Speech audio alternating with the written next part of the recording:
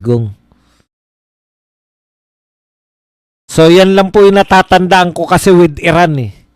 Alam ko meron nga pangyayari, nakalimutan ko lang kung ano. Yung pala yung na-assassinate po. Oh. Alam niya, babawi yung Iran eh. Pero ngayon po, mas malupit yung bawi ng Iran. Kaya, grabe po, wala tayong naririnig. Hindi ko pa po nakikita yun. Meron bang privilege speech? Bayaan nyo po. Panonoorin ko ngayon yung privilege speech na yun. Magre-react tayo. Boss Buds, magtago muna daw ang OFW sa Middle East while nagpa-party sila sa Malacanang. Ayos talaga mga suggestions ni Ngagba.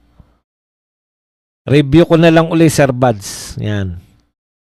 Maganda mic mo, Sir Buds. Didinig ang hinga. Akala ko nakamute ka. Anong hindi dinig ang hinga?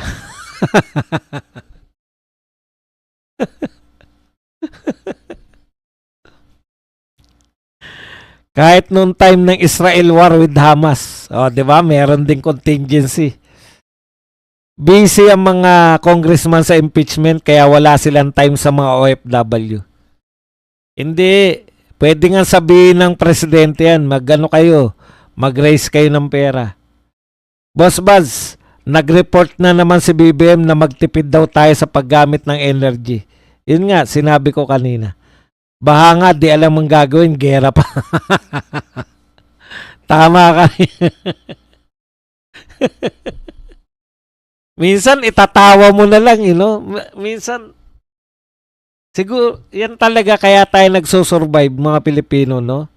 Kahit na ano na lang gagawin natin, tinatawanan na lang natin, eh. Tatawagin na lang natin bangag, tatawagin na lang natin inutil, at magtatawanan tayo para,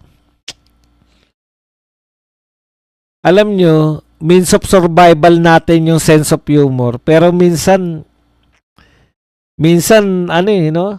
Siguro kung wala tayong sense of humor, matagal na sunog yung Malacanang. Kasi minsan, pag naitawa na natin, di ba, nababawasan na yung galit eh. Kalahin mo, daan-daang bilyon yung ninakaw, tapos walang aksyon. Tapos maririnig mo, baka hindi nga alam ang gagawin sa bahay. Gera pa kaya. Eto pa malupit. Ayan, ano pa lang tayo sa gera na yan, damay pa lang tayo dahil ang daming OFW kahit sa bansa eh. Kahit sa bansang may gera, may OFW. Kahit sa ang bansa na may sakuna, may OFW. Kaya, itatawa mo na lang minsan eh. O, yung mga gigil na gigil sa China. Eto nga, hindi pa tayo, damay pa lang tayo. Ang laki na ng problema natin eh. Tapos feeling nyo, kayang-kaya natin makipaggera sa China. Uy, may nagpakape pa. Uso pa pala pakape. Thank you very much kay Amik. Napalaro din tuloy ang imagination ko dahil sa sinabi ni Kong Suntay. Napatayo ako bigla at napa-oh.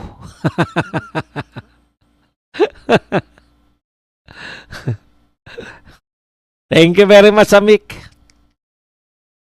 Talaga, napatayo ka. Tumatayo pa. Ito, walang problema to si Inday Bidak. Talagang tigasin tong shooting nito. Turko eh. Turko ba naman eh. Imagining cutting his head. BP Sara, tawa ko kanina. Di maubusan ng langis ang Pinas kasi sa gobyerno laging may padulas. Sa gobyerno lang. Merci beaucoup, Beatrice Prudente. Sir Buds, watching from KSA. Correct. Si Honti ang solusyon sa gera. Pinatitigil. Ipokrito yung babae na yan eh. Dito nga, ayaw mo makipagnegosasyon, ayaw mo makipag-usap sa China eh.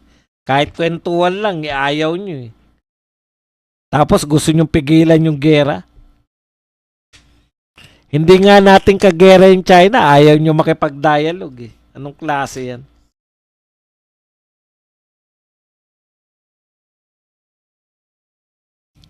Chiching Hunter Showers. Uy, si Caitlyn. No, long time no look ah.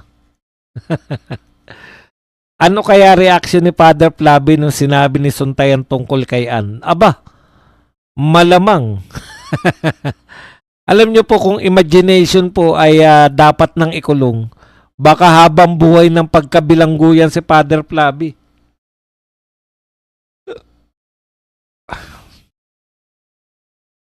Kasi magsaysay awardee siya. Kaya ala tayo depression eh. Caitlyn Vlogs.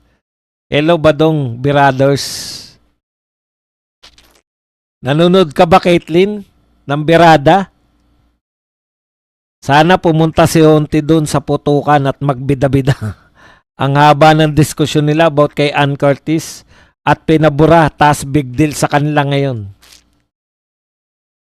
Mukhang gusto na nila, usigi na lang, si Suntay na lang, hindi na si Bibi Sara.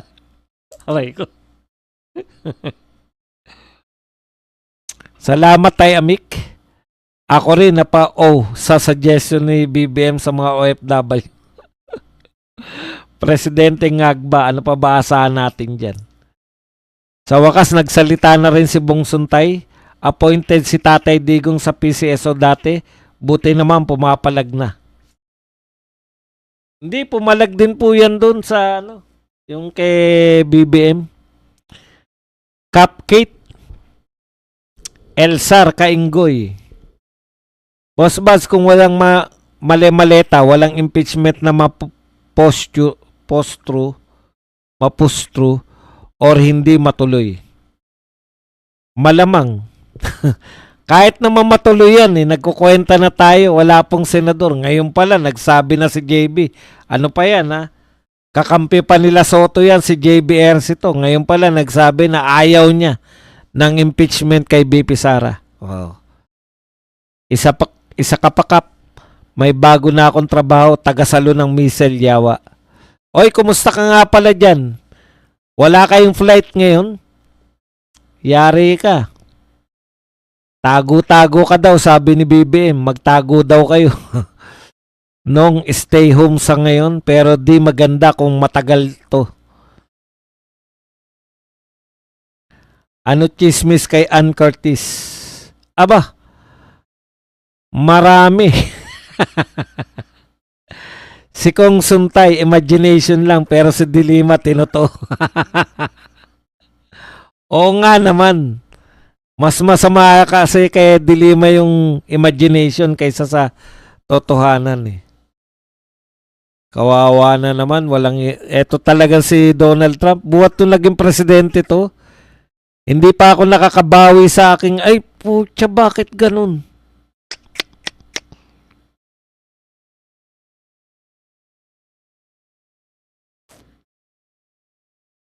Akala ko pa naman, bumili pa naman ako na stocks ng mga oil. Pati pala oil. Bagsak pa rin. Parang gusto ko na mag-withdraw. I-withdraw ko na naman yung mga stocks ko niyan. Nauubos pera ko rito kay Donald Trump eh. Ang laki na nalulugi ko eh. Tignan ko nga kung nabawi na yung mga kinita ko noon. Wala na natira sa kinita ko noon ah. Bawing-bawi na. I believe in Kong Suntay na walang masama sa desire and imagination cause it's appreciate beauty. Pero kung malisyoso ka at dirty-minded tulad ni Father Flavi, magpalo sa kanya game di ba? Iba na yun. Correct. Saan network ba reporter si BBM? Sana ipadala siya sa babagsakan na misa. Demoted si Rize, promoted naman si Dilimaw Saba. Itong Zamora din, sarap hatakin ng ngipin. In fairness naman, medyo may itsura naman si Zamora kaysa sa katabi niya.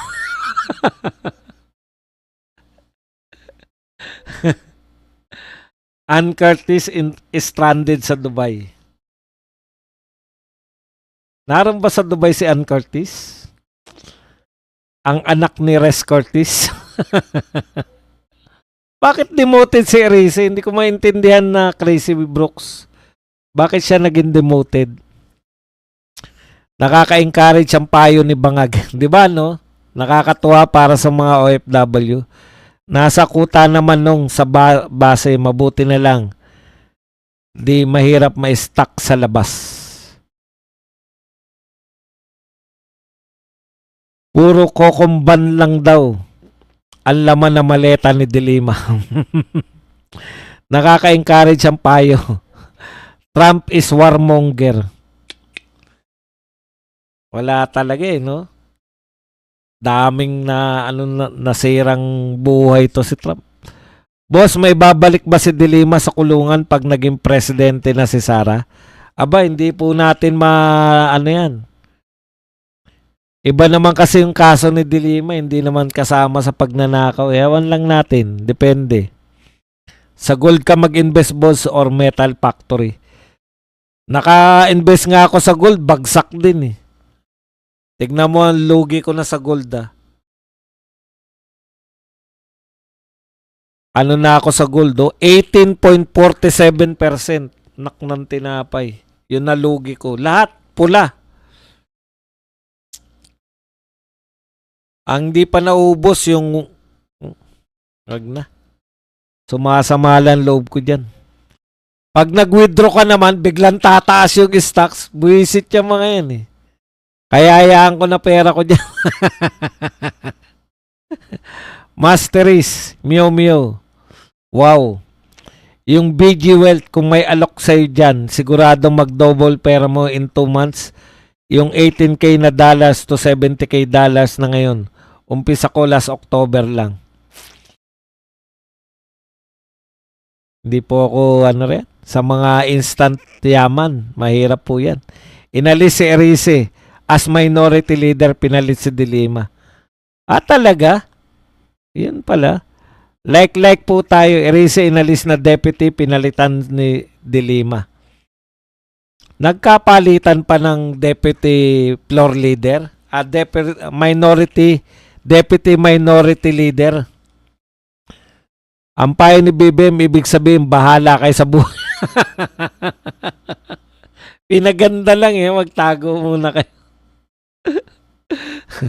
Boss, mukhang bagat yung katabi ni Samoa. Anong bagat? Hindi ko alam salita. Mataas ang gold ngayon.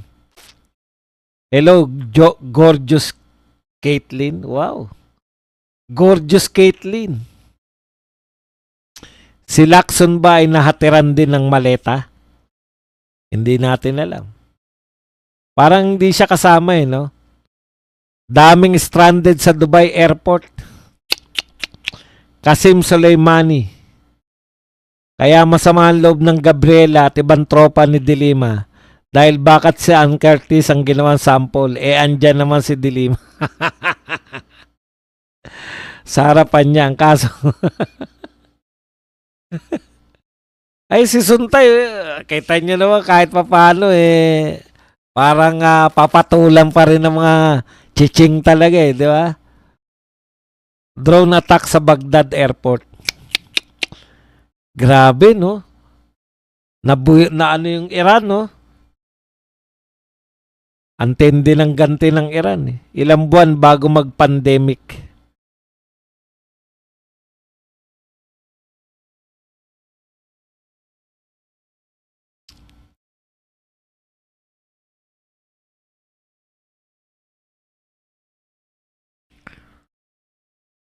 Wala na. Wala na magpapakape. Di tayo umabot ng 1,000 na break natin. Kung pwede lang, ilagsana ng sharp nail. Yung maleta, yun na lang ipadala ni BBM.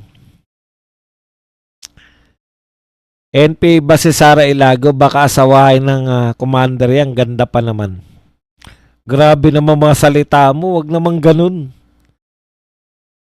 Mukhang si Ilago, no? Mukhang mga Korean, Korean novela, no? Bakit hindi palitan si Coratong Baleleng? Hindi niya alam ang BRC handling. Kaya nga siya nilagay dyan para hindi na mag-imbestiga yung Blue Ribbon eh. Kasama si Lacson sa namalitahan, nakasakay pa nga siya ng helicopter ni Saldi nung eleksyon. Magandang mag-abroad ngayon sa Iran.